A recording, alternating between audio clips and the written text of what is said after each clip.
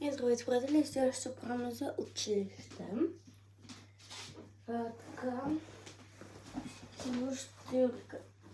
ще тънки. Така, казвайте. Ето.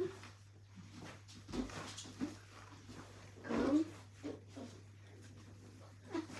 Сега униформата. Така. Ето. Джой.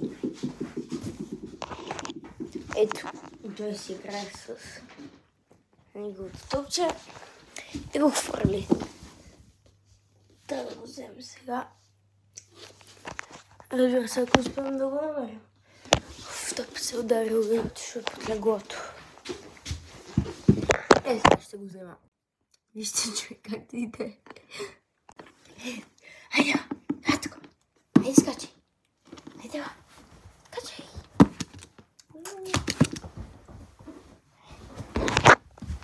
Готови сме. Така. Сега ще обличаме худито.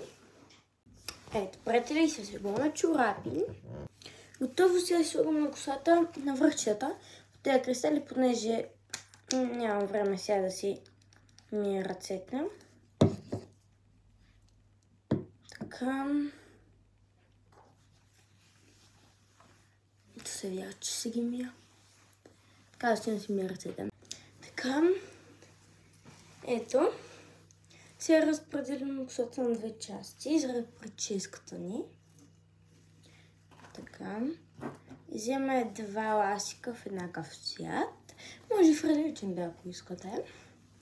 Така, вземаме едната част.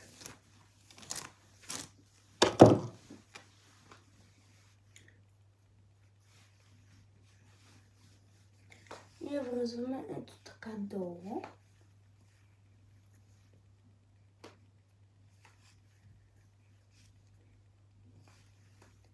След това друпваме ето така ластика надолу. Ето тук правим дупка. И промушваме косата в дупката.